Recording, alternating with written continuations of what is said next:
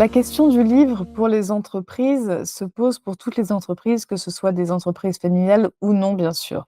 Mais dans les entreprises familiales, le livre a une dimension toute particulière et c'est très important qu'on s'y arrête un instant. Pourquoi? Dans les entreprises familiales, qu'il s'agisse de 2 générations ou 7 ou 10 générations, alors évidemment, plus le nombre de générations est important, plus l'affectif, est fort, mais qu'importe, à la rigueur, j'ai envie de vous dire, cela fonctionne à partir de 2 générations.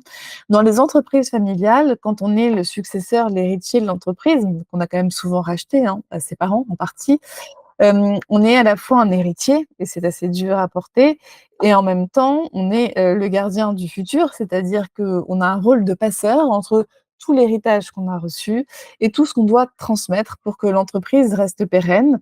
Puisque dans la plupart des cas, dans la plupart des entreprises familiales, les repreneurs, les descendants, en fait, n'ont pas à cœur, à terme, de vendre l'entreprise, même si parfois ça peut arriver. Donc le but est bien sûr de garder l'entreprise pérenne et en général dans la famille, ce qui n'empêche pas de faire rentrer des fonds d'investissement, ce qui n'empêche pas de faire rentrer d'autres actionnaires, mais la famille fait toujours partie de l'actionnariat afin que l'entreprise reste dans le patrimoine familial. Donc il y a un rôle de passeur très important qui est vraiment à cheval entre le gardien du passé et le bâtisseur du futur, entre tradition et modernité. Et c'est une posture qui n'est pas toujours simple pour le dirigeant, même si quelque part elle est plus romantique et qu'elle aide au charisme du dirigeant et de son entreprise. Alors l'intérêt du livre, en fait, dans ce cadre-là, l'intérêt il est toujours multiple et on va dépasser les intérêts de communication pour fêter les anniversaires ou les intérêts marketing, etc. Parce que ça, c'est évident. L'intérêt, déjà, il est de ne pas perdre l'héritage dont vous disposez, parce que contrairement à ce qu'on croit, si pour vous tout est clair, ça ne l'est pas forcément pour les collaborateurs et pour les successeurs. Et il est vraiment important à un moment de consigner l'histoire dans un livre et de rajouter des photos si on en a, des tout débuts, des fondateurs, des premières années, des premiers collaborateurs, des premiers produits, etc.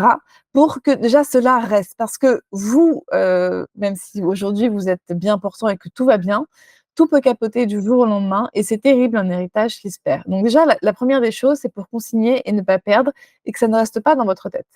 La seconde, là où le dirigeant gagne beaucoup, c'est qu'en racontant toute l'histoire de l'entreprise familiale, il y a un côté un peu, et c'est pas du tout le but, mais malgré tout, c'est un côté qui existe, il y a un côté thérapeutique qui fait qu'en racontant, j'ai envie de dire la lignée dont on vient et sa place dans cette lignée, finalement, on se réapproprie l'histoire, on se réapproprie le chemin qu'on veut écrire différemment. Et on prend beaucoup plus sa place et surtout, en s'interrogeant sur, pourquoi l'entreprise a pris telle décision dans le passé et pourquoi moi, en tant que dirigeant, je vais prendre un nouveau chemin. Finalement, on est beaucoup plus à l'aise avec la vision qu'on a pour le futur et donc le dirigeant, il gagne énormément. Et enfin, chose très importante, cette entreprise, vous ne savez pas si elle va encore perdurer une génération ou 5 ou 20, mais c'est possible que ce soit encore 6 ou 7 générations. Et il est vraiment très important que ce qui a fait l'ADN jusqu'ici, même si l'entreprise a profondément évolué selon les générations et c'est tant mieux, que ce qui a fait l'ADN, la petite touche, la petite marque, puisse subsister, puisse être conservé et ça, en fait, ça ne peut que se décrire. Sinon, vous allez passer à côté. Alors bien sûr, vous allez me dire: «On peut faire des films, on peut faire des podcasts». Oui, on peut et ça montre beaucoup de choses d'une entreprise. Mais une histoire, c'est aussi, quelque chose qui est mis en mots à côté de ce qu'on sait. Parce que le fait de mettre en mots permet de trouver à chacun, enfin permet à chacun de trouver sa place dans cette histoire ou de se décider de la créer et c'est très important. Et puis enfin, n'oubliez pas, même si ça paraît complètement, bidon, ce que je dis, il y a une fierté d'appartenance chez les collaborateurs très forte quand il s'agit d'une entreprise familiale de plusieurs générations. C'est comme ça, on peut rien y faire.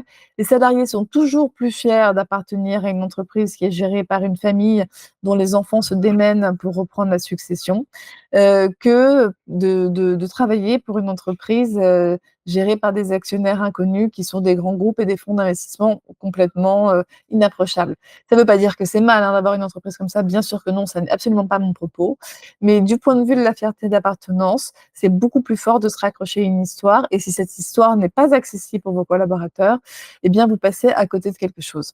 Alors, mon propos, bien sûr, c'est de vous vendre le livre d'entreprise, forcément, c'est mon métier, mais c'est de vous en montrer toute sa force et sa portée. Je ne connais aucun client ayant commandé un livre qui n'a pas adoré le projet, que ce soit d'un point de vue stratégique, d'un point de vue réflexif et d'un point de vue tout simplement aventure humaine. Vraiment, les gens en sont fans, ça c'est évident. Mon propos, c'est aussi de vous dire, interrogez-vous. C'est jamais une dépense inutile que de consigner une histoire, au même titre qu'avec votre famille, vous prenez des photos de famille pour vous en souvenir, vous notez des petits mots, vous vous écrivez des lettres, vous mettez sur le papier des choses qui vous tiennent à cœur. C'est important de le faire pour votre entreprise. Voilà, à très bientôt. Au revoir.